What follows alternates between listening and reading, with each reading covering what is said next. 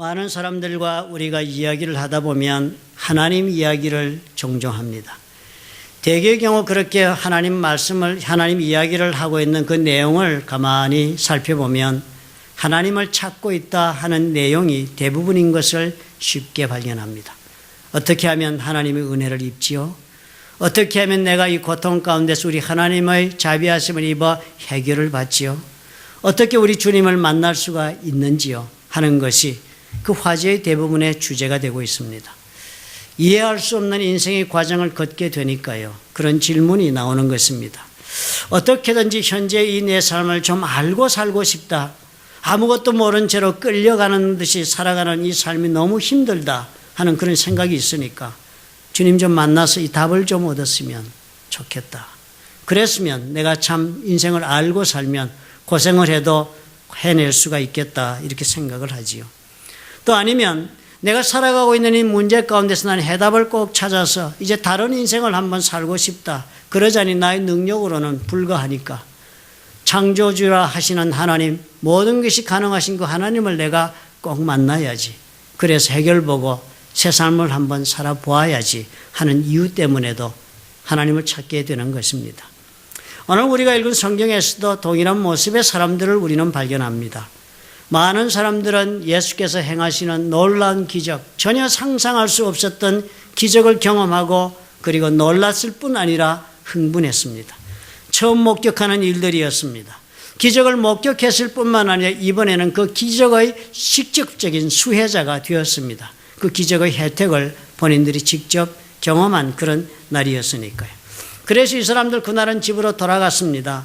그리고서는 그 기억이 너무나도 저들에게 충격적인 것이었기 때문에 다음 날도 아침 일찍 일어나서 그 장소를 찾아오지 않을 수가 없었습니다. 요한복음 6장 22절은 그 이야기를 지금 우리에게 알려주고 있는 것입니다. 이렇게 시작을 합니다. 이튿날, 그 다음 날입니다. 바다 건너편에 섰는 무리가, 즉 지금 제자들이 가 있는 가버나움의 반대편 기적을 행하셨던 그 오병이의 기적의 현장에 지금 다시 와 서 있는 이 무리가 배 한 척밖에 다른 배가 거기 없는 것과 어제 보니까 배가 한 척밖에 거기 없었다는 것을 이 사람들이 기억합니다. 그리고 또 어제 예수께서 제자들과 함께 그 배에 오르지 아니하시고 제자들만 가는 것을 보았더니 그렇게 적습니다. 그리고 이 사람들이 와 보니까요. 어제 배가 분명히 한 척밖에 없었고 기억하기로 예수께서 서둘러 제자들을 배에 타게 하시면서 저편으로 가라 하시고 예수님은 남아서 자신들을 집으로 돌아가게 한 것까지 기억을 했으니까요. 분명히 배가 한 척밖에 없으니까 예수님은 저편으로 건너갔을 리가 없다 생각을 하고 그곳에서 오병이의 기적을 행하였던 그 자리에서 다시 주님을 만날 수 있을 것이라 생각하고 그 다음 날에 그 자리에 주님을 찾아온 것입니다. 그런데 성경은 뭐라고 적습니까? 무리가 거기 예수도 없으시고 제자들도 없음을 보았다 하는 것입니다. 그러니까 제자들이 물론 갔으니까 없겠지만 예수님이 이곳에 없구나라고 하여 이 사람들은 지극히 당황하여 이곳저곳으로 주님을 찾아보았지만 결코 발견하지를 못했습니다. 아마 이 사람들의 생각에는 배가 없는데 어떻게 저쪽으로 건너가실 수가 있겠나 생각했겠지요. 밤중에 폭풍 가운데 갈릴리 호수를 걸어서 넘어간 것을 전혀 상상할 수가 없는 법이지요. 또 성경은 적기를 디베랴에서도 또 다른 무리의 사람들이 배를 타고 이곳으로 주님을 찾아왔다 했습니다. 요한복음 6장 24절에 적기를 그러나 디베랴에서 배들이 주의 축사하신 후 여럿이 떡 먹던 그곳에 가까이 왔더라. 배들이 주의 축사하신 후 여럿이 떡 먹던 그곳 오병이어의 기적의 현장으로 디베랴에서 그 다음 날 아침에 배를 타고 사람들이 온 것입니다. 디베랴라는 도시는 로마 황제 티베리우스 이름을 따서 설립한 도시 이름입니다. 그래서 티베리아스 그렇게 부르는 도시인데요. 로마의 총독은 그것을 갈릴리 호수의 남쪽에 있는 대도시인데 그것을 자신의 행정의 집무지로 삼고 머무는 그런 큰 도시였습니다. 그러니까 그곳에서 이곳까지 오려면 적어도 10마일 이상의 바닷길을, 호숫길을 배를 타고 와야 하는 그런 곳에서 디베랴에서 많은 사람들이 또 배를 타고 예수를 만나러 주님을 찾으러 주님이 계시지 않는 그곳까지 온 것입니다. 요한복음 6장 24절 그렇게 와서 발견한 것이 무엇입니까? 무리가 거기 예수도 없으시고 제자도 없음을 보고 곧 배들을 타고 예수를 찾으러 가버나움으로 갔다고 그랬습니다. 예수님이 이곳에 계시지 않는다는 것을 이 사람들이 확인하고는 이제는 디베리아에서 온 그 사람들뿐 아니라 이곳 베세다 이곳에 아침에 다시 찾아온 사람들까지 모두가 다 합세해서 배를 여러 척 구해 타고서는 호수 건너편에 있는 가버나움으로 예수님을 찾아 나섰던 것입니다. 대단한 열심이 있어 보이지 않습니까? 여기 계신 줄로 알고 주님을 이튿날 찾아 나왔는데요. 그랬는데 또 먼 곳에서 배를 타고 또 오기도 했는데도요. 주님을 만나지 못하니까 안 계시는구나. 오늘은 뭐 그렇게 연대가 서로 맞지 않는구나. 이러고 그냥 돌아가지를 않고 이 사람들은 다시 배를 구하여 타고 가버나움에는 그러면 혹시 가면 만날 수 있을지도 모르겠다 하면서 주님을 찾아 길을 또 계속 간 것입니다. 그런 열심을 가지고 가버나움으로 가서 그곳에서 이 사람들은 예수님을 찾아 만나게 됩니다. 얼마나 반가웠겠습니까? 찾던 예수님 만났으니까 6장 25절에 바다 건너편에서 만나 랍비여 어느 때 여기 오셨나이까? 라고 물었습니다. 예수님께서 언제 이곳에 와서 지금 여기 계십니까? 라고 너무 반가워서 인사를 하며 물었습니다.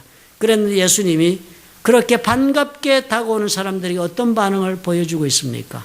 예수께서 대답하여 가라사대 내가 진실로 진실로 너에게 이르노니 너희가 나를 찾는 것은 표적을 본 까닭이 아니요 떡을 먹고 배부른 까닭이로다 라고 주님이 너무나도 냉정한 대답을 주시지 않았어요. 얼마나 당황했겠습니까? 반갑게 인사를 했는데요. 너희들이 온 이유를 내가 안다. 온 것이 너희들이 떡 먹고 배불러서 온 까닭이 아니냐라고 말씀을 하시니까요.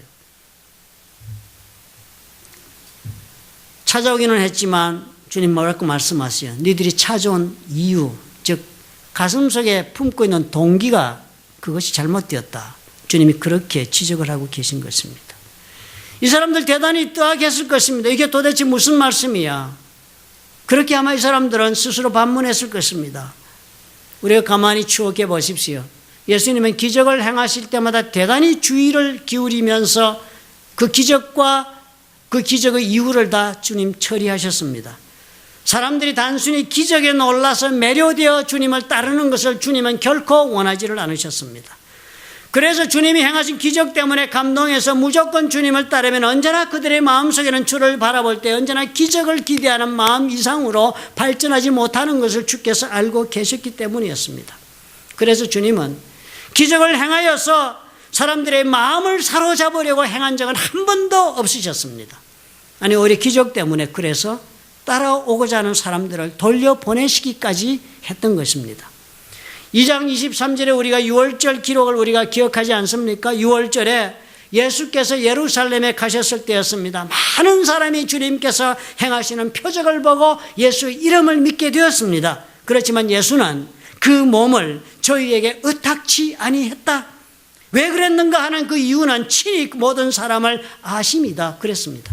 예수께서는 아무리 기적을 보고 감격하여서 주님을 따라가겠다고 길을 나서고 따라온다 할지라도 주님은 그 마음속을 알고 계셨기 때문에 따라오는 것을 허락지 않았습니다. 그리고 그 사람들에게 절대로 의지하면서 무슨 일을 계획하지도 않았습니다. 그렇다면 아무리 주님을 열심으로 찾아온다 할지라도요, 마음속에 주님이 원하시는 그 동기를 품지 아니하고 주님을 찾아가면 어떻게 되겠습니까? 아무 소용이 없습니다. 주님을 얼굴을 보고 마주 섰지만 서로 직접적인 사람과 사람이 만나는 그런 만남은 이루어지지가 않는 것입니다. 성경은 오늘 보니까 어떻게 해요? 주님을 찾는 그 동기가 잘못된 사람들은 오히려 주님을 찾아서 무한만 당하는 모습을 우리가 발견하지 않습니까? 그렇다면 오늘 우리들은 어떨까 생각해 볼 필요가 있지 않아요? 우리는 오늘 하나님을 찾는다, 주를 찾는다 그러지만 과연 어떤 동기를 내 마음속에 품고 오늘 나는 주님을 찾고 있을까 생각해 볼 필요가 아주 절실히 있게 됩니다.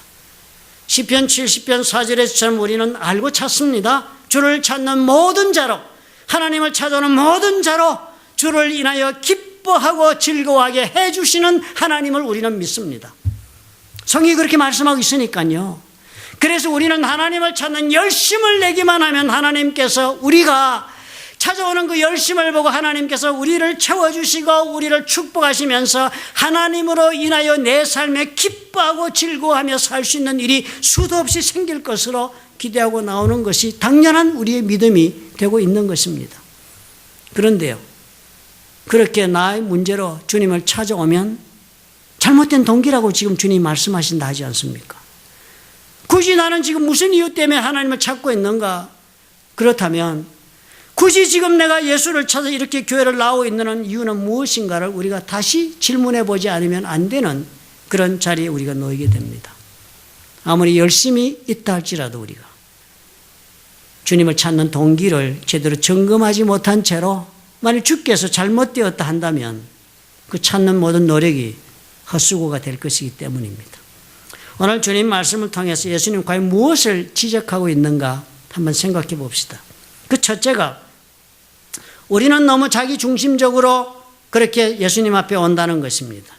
우리는 너무 자기 우선적인 생각 속에서 주님을 찾는다라고 주님은 지적하고 계세요.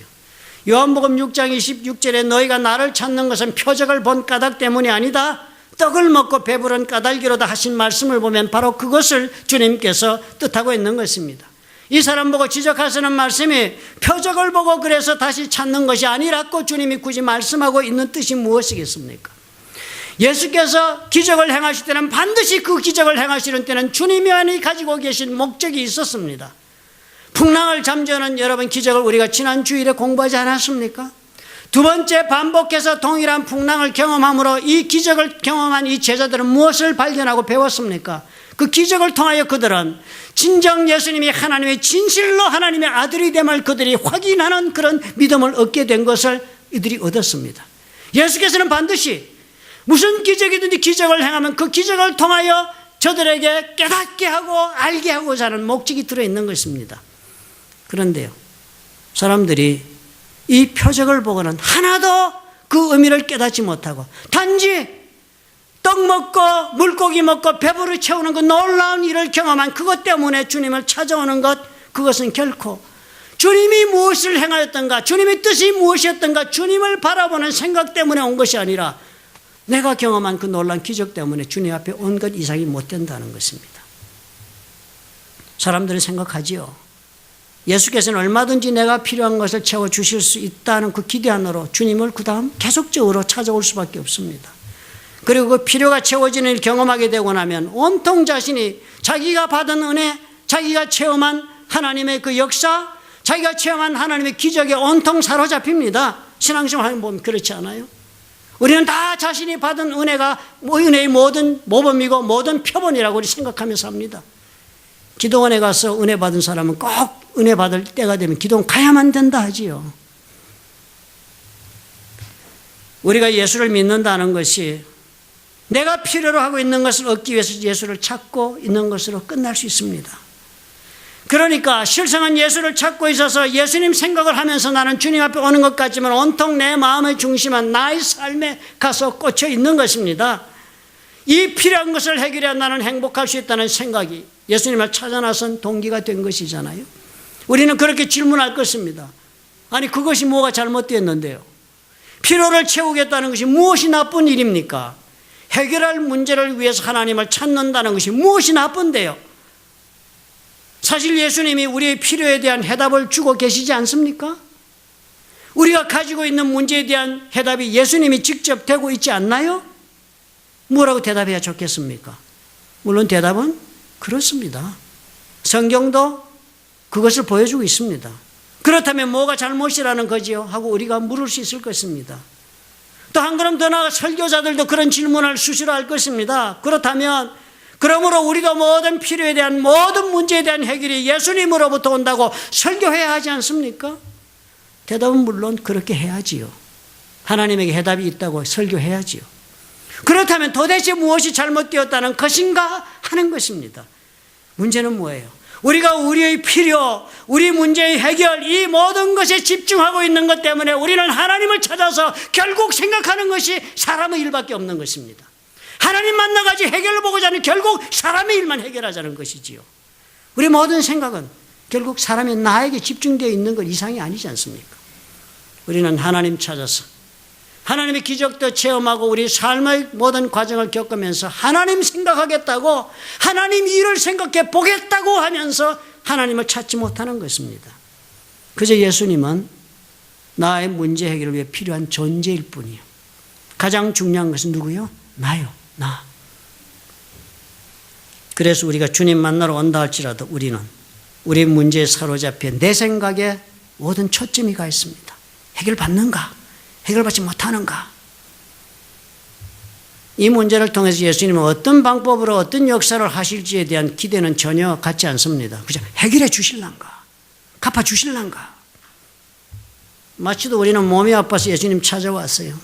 내 아픈 몸, 내 가지고 있는 병, 내가 지금 없어서 절실하게 채워야 할 필요, 이런 것들에 내가 사로잡혀서 아픈 내 몸, 나를 얽매고 있는 이 인생 문제에서 어떻게든 벗어나는 것 이상을 생각 못합니다. 생각하고 싶어 하지도 않습니다. 주님은 그런 나를 바라보면서 이제 네가 나를 좀 바라보거라. 눈을 너에게서 떼어서 이제 나를 좀 바라보아라. 그리고 너의 인생을 통하여 하나님은 무슨 일을 하실지를 한번 나를 보고 생각해 보아라. 주님 말씀하시는 것입니다. 우리는 아픈 것, 모자란 것이 있어서 나를 바라보고 있는데 그 문제에 빠진 나를 주님 앞에서 나는 바라보는데 주님은 어떻게 해요? 고개를 들어 주를 보라 하시는 것입니다. 우리는 문제를 보는데 주님은 문제 속에서 해결을 줄 수 있는 하나님을 다시 바라보라 하시는 것입니다. 우리는 문제를 보면서 이 문제의 현상에 내가 사로잡혀 있는데 예수님은 우리의 고개를 들어 주를 보라. 그리고 그 원인을 한번 찾아보자.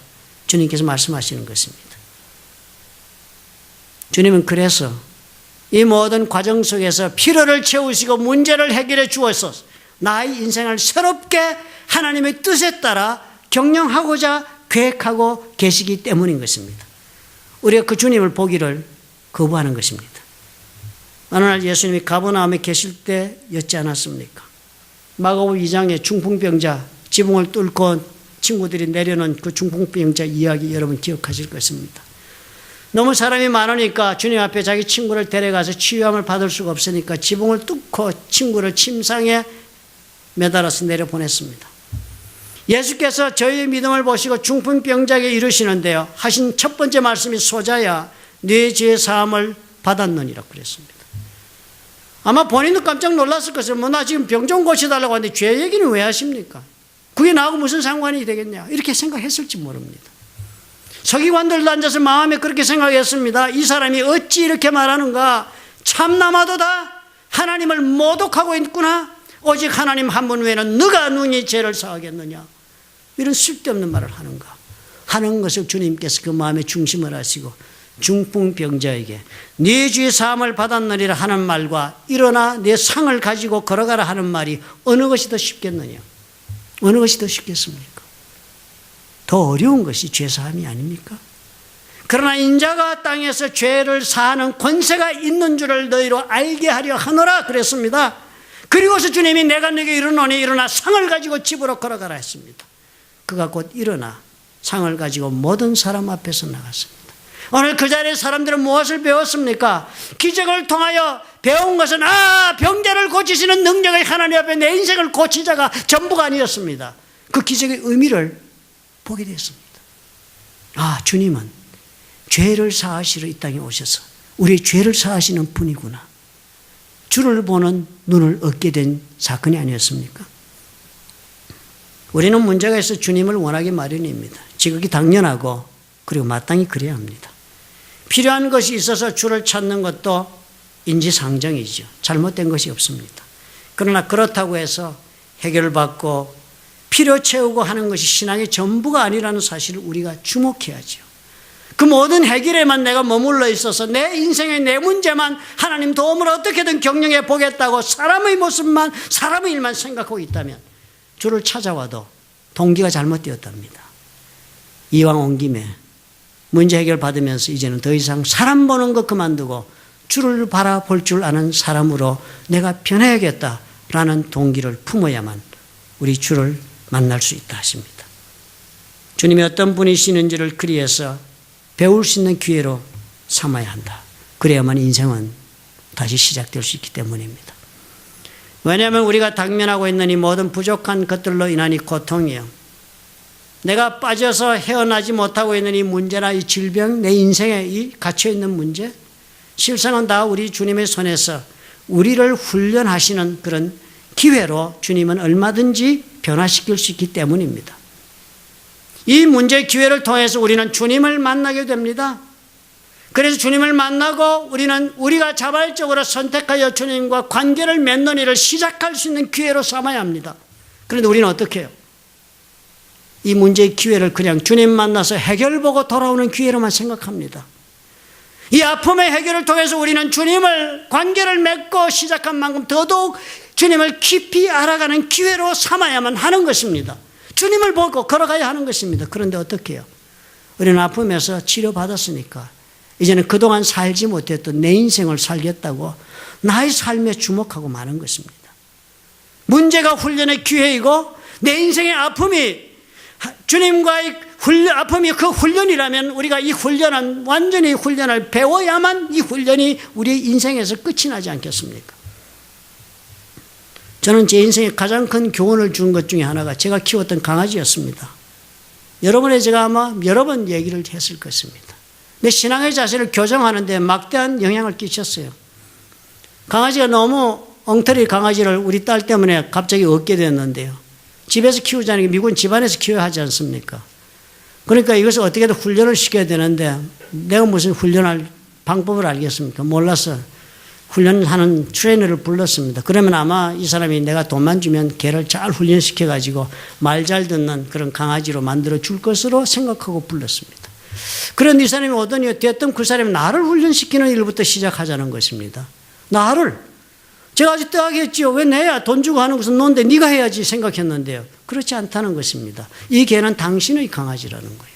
내 강아지가 되어 나에게 순종하고 내 말을 듣고 나와 함께 교제하고 사는 강아지로 키우려면 내가 이 강아지를 훈련해야 된다는 것입니다.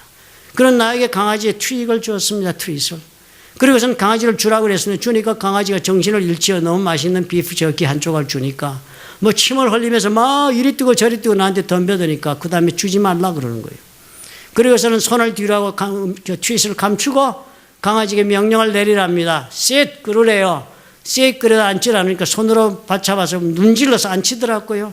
그리고 저보고 명령을 또 강하게 주랍니다. sit 그러래요. 그러니까 할 수 없이 손 안에 잡혀서 이러고선 그냥 내 손에 있는 그 트윗을 찾으려고 내 뒤를 앞으로 옆으로 뭐 몸부림을 치는 거예요. 그런데도 반응하지 말라는 거예요. 끝까지 쥐고 있으라는 거예요. 그리고 난 sit 그러고 또 안 움직이면 stay 계속 명령을 반복해서 계속 했습니다. 한참 그러니까 지도 지치고 나도 지치네. 그때 하나 주라고 그럽니다. 그래서 하나 줬어요. 이 교육을 반복하라는 겁니다. 절대 주지 말으라는 거예요. 절대 이 트윗을 보고 몸부림치고 꼬리 흔들고 뭐 침 흘리고 그리고 이리저리 두리번거리고 하는 절대 주지 말라. 끝까지 기다리라는 거예요. 기다렸다가 강아지가 당신을 쳐다보면 그 순간에 트윗을 주라는 거예요. 그것을 반복해라고 했습니다.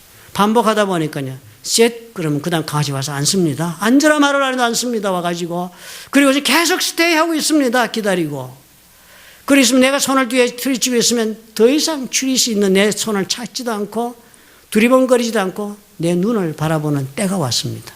그리고 그때 나만 쳐다보고 있으면 내가 트윗을 주게 됩니다. 그 다음에는요, 내가 트윗을 주지 않고도 강아지를 부르면 와서 내 앞에 앉습니다. 트레이너가 저보고 그래요. 그것이 이루어지거든. 그 다음에 강아지를 데리고 나가십시오. 그 다음에 강아지를 데리고 나가면 내가 강아지와 함께 즐길 수 있답니다. 같이 산책도 해도 자유롭고 또 혹시 살짝 풀어주고 공놀이를 해도 얼마든지 강아지는 부르면 쫓아와서 내 앞에 앉으니까 통제 가능해야 삶을 즐길 수가 있다는 거예요. 저는 그것 보면서 깨달았습니다. 내가 하나님 앞에서 이걸 못 배웠구나. 저는 하나님 그저 내 문제 해결이에요. 두리번거리는 강아지보다도 못한 것이었습니다. 그저 하나님 내 문제만 채워주옵소서. 채워주면 땡이야. 먹을 거 먹고 문제 해결했으니까 좋구나 내 인생. 그저 그것이 내 전부였습니다. 주를 바라보는 훈련을 하지 않았습니다. 주님은 그러니까 어떻게 해요? 반복해서 고난 속으로 불렀습니다. 우리가 언제나 주를 바라볼 줄 아는 사람이 되고 나면 물론 주님 채워주시지요. 물론 주님 문제를 해결하시지요. 그러나 그럼에도 불구하고 우리가 주를 바라보고 산다면 우리 주님과 함께 교제하면서 주님이 허락하시고 주님이 함께 하시는 풍성한 삶을 누릴 수 있기 때문입니다. 두 번째로 동기 점검을 여기에서 해야 합니다. 나는 축복에 사로잡히지 않았는가? 이 점검하셔야 해요. 축복에 매몰되지 마셔야 합니다. 축복은 성경을 읽어보면 하나님의 언약 사항입니다. 하나님의 약속 사항이에요. 구약은 온통 우리의 마음을 사로잡는 축복의 약속으로 가득 차 있습니다. 그렇지 않습니까? 축복하지 않으시는 하나님, 저주하시는 하나님이라면 우리 하나님 믿을 거 없죠. 나를 저주하시고 멸망시키시겠다는데 왜 거기를 가겠습니까? 나를 축복하시겠다니까. 하나님 찾아와야지요. 하나님 잘 믿어서 어떻게 잘 사는가가 엄청난 약속으로, 그리고 그 결과가 어떻게 되었는지 사람들의 인생을 예로 들어가면서 수도 없는 증거를 제시하면서 축복하시는 하나님과 함께 가야 한다고 얘기하고 있는 것이 구약 성서입니다. 신명기에서도 그랬잖아요. 어떻게 하면 축복의 삶이 너희 것이 될 수 있는가를 가르쳐주는 말씀이에요. 네 앞에 축복과 저주 두 가지가 있으니 선택하라. 선택하는 대로 살 수 있대요. 그 축복이 어떤 축복이냐 보니까 가나안 땅에 들어가서 잘 먹고 잘 사는 약속들이었습니다. 2층 집 짓고 살고 포도원 누리고 살고 누리고 사는 삶에 대한 약속이 네 앞에 있다고 그랬습니다. 신명기에서도. 어떻게 하면 그 축복을 네 것으로 할 수 있는지 그 방법을 알려주는 책이 구약이었습니다. 그렇지만 한 가지 뭐예요? 축복에는 룰이 있었습니다. 축복하시는 하나님이시지만 축복 자체에만 매료되어서 우리가 그 축복에 사로잡혀 우리가 끌려가기 시작하면 하나님은 언제나 간섭하고 경계하시고 제재를 가했습니다. 여러분 아간의 이야기 아시죠? 여호수아가 하나님의 도움으로 여리고성을 무너뜨리고 연속적 파죽지세로 가나안을 쳐들기 시작했습니다. 여리고성 무너뜨린 다음에 그 다음 아이성, 잽도 안 되게 조그만 성이었습니다. 그냥 가기만 해도 접수할 수 있는 성이라 접수했습니다. 그랬는데요, 그 아이성 쳤을 때 얻은 것 하나님 앞에 모든 것 불살라서 하나님 앞에 드려야 하는데 이 아간이 뭐 했습니까? 보니까 시날산의 외투 한 벌, 지금으로 말하면 뭐 바빌론산 그렇게 해당되는 시나리입니다. 시나리니까 아마 지금쯤 말하면 조지아 알마니의 캐시미어 코트 뭐 이런 거겠지, 그죠? 얼마나 탐났겠습니까? 보니까 그 한 벌, 은 200세겔, 그리고 금덩어리 하나 챙겼습니다. 뭐 많은 거 안 챙겼습니다. 본인 생각에 뭐 다 불태우는 것 중에 약간 내가 없는 것, 그리고 조금 도움이 될 수 있는 것, 뭐 이 정도는 되겠지. 모두가 다 하나님이 전쟁을 하시 이기셨다고 하나님의 영광을 돌리는데 아간은 뭐 어떻게 했습니까? 실속을 챙겼습니다. 하나님 염두 없이. 우리 생각하지요. 뭐 그게 뭐 하나님께 무슨 손해가 되었다고? 그게 뭐 하나님께 무슨 손해가 되었어? 그렇지만 아간은 그럼에도 불구하고 죽임을 당했습니다. 왜요? 하나님께 영광을 돌리기보다 축복을 잡았으니까요. 죽었습니다. 솔로몬, 온 지혜의 상징이었습니다. 그렇지만 이 사람은 두 가지 문제에서는 지혜가 부족했네요. 재물과 여자 문제였습니다. 결국 이 사람 재물과 여자 문제 하나님이 허락하시는 만큼 누리고 살아도 좋다라고 살았어요. 취하고 살았습니다. 그렇지만 그 후에 어떻게 되었어요? 자신의 나라는 깨어지고 말았습니다.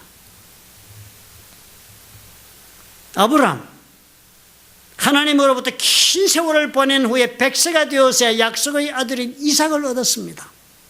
그것도 키우고 있던 아들, 뭐 이런 이스마엘 같은 아들 다 집 내보낸 다음에 이삭 하나만 남게 해놓고 그 이삭을 선물로 받았습니다. 얼마나 큰 축복의 대상이었겠습니까? 그런데 말년에 하나님 어떻게 하셨어요? 아브라함에게 이삭을 모리아 산으로 데려가 번제로 바쳐라 그랬습니다. 얼마나 갈등이 컸겠습니까? 줄 때는 언제고 내놓을 때는 언제예요, 그죠? 이런 법은 없는 법입니다. 100세가 되도록 기다리게 해놓고 수차 시험과 고난을 겪은 다음에 준 선물인데 줘놓고 이제 말년에 그것 좀 즐기고 살려고 하는데 하나님이 내놓으라. 갈등이 없었겠습니까? 히브리서는 이렇게 적습니다. 어떻게 아브라함이 이 갈등을 극복했는지를 적는데 아브라함은 시험을 받을 때, 시험 받았다니까 아브라함은 무척 갈등했네요. 시험을 받을 때에 믿음으로 이삭을 드렸으니, 믿고 드렸다는 거예요. 믿음으로 이삭을 드렸으니 그랬는데 그래서 이삭이 살아났다고 지금 설명하는데요. 그 믿음이 어떤 믿음이 그 다음 절에 이렇게 적습니다. 저가 하나님이 능히 죽은 자 가운데서 다시 살리실 줄로 생각한지라. 다른 말로 무엇이에요? 주시는 자도 여호와시요 거두시는 자도 여호와니까 또 주시면 주실 것이고 가져가면 가져가시는 것이다 라고 하는 믿음을 가지고 하나님 앞에 축복의 이삭을 안고 살았다 하는 것입니다. 그거 보여주었다는 거예요. 그거 보여주었더니 하나님께서 어떻게 해요? 비유컨대 죽은 자 가운데서 도로 받은 것처럼 그렇게 이삭을 받았구나 라고 히브리서가 정리해요. 아브라함의 인생 최고의 축복이 뭐였습니까? 이삭이었습니다. 백세 받은 유일무이한 마지막 최고의 축복의 극치를 이 사람 말년에 누리고 살았습니다. 그런데 하나님 뭐를 시험해 보셨습니까? 아브라함의 마음이 이 축복에 지금 매달려 있는지 아니면 하나님에게 여전히 아직도 있는지를 하나님이 시험해 보고자 하셨던 것입니다. 우리에게 이것이 언제나 문제가 될 수 있습니다. 우리는 언중에 우리가 그토록 원하는 거 얻게 되면요. 우리는 그 축복에 매몰되지요. 축복에 사로잡힙니다. 그렇죠? 모든 것을 다 잊어버립니다. 그 얻은 축복에 온 정열을 쏟습니다. 그 받은 축복에 감사하고 그 받은 축복을 그래서 잘 유지하고 그 축복을 잘 그렇게 발전시키고 그래서 그 축복을 마음껏 내 것으로 누리고 살고 싶어서 온 힘을 쏟습니다. 이거 축복에 매몰된 사람의 모습이죠. 이 축복을 주신 하나님을 바라보면서 더욱 하나님과 가까워지는 삶을 추구하기보다는 어떻게 해요? 마음속에 내가 하나님을 품어야 할 절에 나는 내가 받은 물질, 내가 받은 사랑하는 사람, 내가 누리는 명예, 내가 얻은 이 자존심 이런 것들을 앉혀놓고 그것을 붙잡고 내 인생 행복하다 하고 살아가고 있습니다. 그래서 주님 저들에게 오늘 이 말씀 주신 거예요. 썩는 양식을 위하여 일하지 말고 영생하도록 있는 양식을 위하여 하라. 세상의 모든 것 다 우리가 구하고 있는 건 썩는 것들 아닙니까? 이 양식은 인자가 너에게 주리니 인자는 아버지 하나님의 인치진 자니라. 뭐라 하시는지요? 축복을 위해 일하는 거 그만두라 하시는 것입니다. 주님이 주시는 것이다. 내가 준다. 내가 누구냐? 나를 좀 알아보라. 주님 말씀하시면 이렇게 말씀하시고 인자는 아버지 하나님의 인치진 자다 그랬습니다. 여러분. 이 도장이 인쳤다는 거, 도장 찍었다는 거예요. 요즘 우리가 무슨 계약서나 보증서나 문서를 만들면 요즘 우리가 사인하지요. 그러나 예전에는 다 고대사는 도장 찍었고 한국은 지금도 도장 찍고 뭐 동남아에 다 도장 찍습니다. 문서를 만들면. 하나님 그런 거예요. 예수 그리스도가 하나님께서 축복에 대한 보장으로 하나님의 모든 언약에 대한 응답으로 예수님이 바로 그 보증서다라고 하나님이 도장 찍어서 주님을 보내셨다는 거예요. 그러면 축복을 받으려면 뭘 잡으면 됩니까? 예수만 얻으면 되는 거예요. 그러면 축복은 당연히 그 보증서에 적힌 대로 내 것이 되는 것이라고 지금 주님이 말씀하는 것입니다. 그래서 주님 뭐라고 말씀하시는 거예요? 동기를 제대로 품고 나를 찾아오라. 나를 만나서 나를 붙잡고 살려고 해야 되는데 어떻게 해요? 나를 만나가지고는 얻은 축복에 매말되고 그것만 기억하고 그걸 위하여 나를 찾아오고 있는 너 모습을 보라는 것입니다. 다 가지나 소유가 없이 사는 삶이 아브라함 아니었습니까? 이삭을 되돌려 받은 아브라함 보니까 어때요? 이삭은 자기의 아들이라고 살았지만 하나님 내놓으라니까 언제나 내놓을 수 있는 것이니까 자기 것이 아니네요. 아브라함은 가지고 있는 것이 모든 것을 가지고 있었지만 모든 것을 어떻게 하나도 소유하지는 않았습니다. 모든 소유는 하나님께 있었습니다. 그렇지만 어떻게 해요? 다 내어놓고 소유를 하나님께 맡겼지만 이 사람은 어떻게 해요? 모든 것을 자기 것 이상으로 누리며 한평생을 살았습니다. 영적인 비밀이 아니겠습니까? 오늘 저와 여러분 이것을 믿읍시다. 주님을 찾아서 주님 만나시면 우리 삶에는 해결이 옵니다. 그러나 주님을 찾아올 때 어떤 마음 품어야 한다고요? 주께 관심을 두셔야 해요. 사람의 일로만 생각하고 사람에게 관심 두고 끝내려고 주님 찾아오시면 잘못된 것입니다. 나에게서 눈을 들어 주를 보고자 해야 합니다. 이 문제를 해결해 주시는 주님이 어찌해서 이 문제를 해결해 주시는가? 이분은 과연 누구신가? 라고 주를 바라보는 그 마음이 내 속에 살아있어야 하는 것입니다. 나를 잊어야 해요. 내 문제를 통하여서 주를 보는 눈을 우리가 완성시켜야 하는 것입니다. 이것이 있으면 돼요. 그리고 두 번째로 뭐예요? 하나님께 주시는 모든 축복이 다 하나님께 드릴 것이라는 사실을 잊지 말아야 합니다. 내 마음의 중심이 이 축복에 사로잡히고 내 것이라 하여 내가 계산하고 내가 아끼고 내가 보호하고 내가 양육하고자 한다면 그거 내 마음의 중심이 하나님이 자리하고 있는 모습이 아닙니다. 하나님이 주신 축복이 나를 사로잡고 있는 것이지요. 내 마음을 비워요. 내 것이 아니라 주의 것이라 생각하고 사십시오. 주님께 드리고 사십시오. 다 바치고 살아보겠다고 한번 선택해 보십시오. 그럴 수 있으면 누리고 사는 삶이 시작됩니다. 소유하느라고 애쓰며 고통당하는 삶을 사는 대신에 자유롭게 만끽하면서 모든 것을 풍성히 누리며 사는 인생이 시작될 것입니다. 믿으시기 바랍니다. 제대로 우리 주님을 추구합시다. 그러면 복된 삶은 시작될 수 있습니다. 믿으시면 아멘 하시기 바랍니다. 믿으시는 줄 압니다. 기도하겠습니다.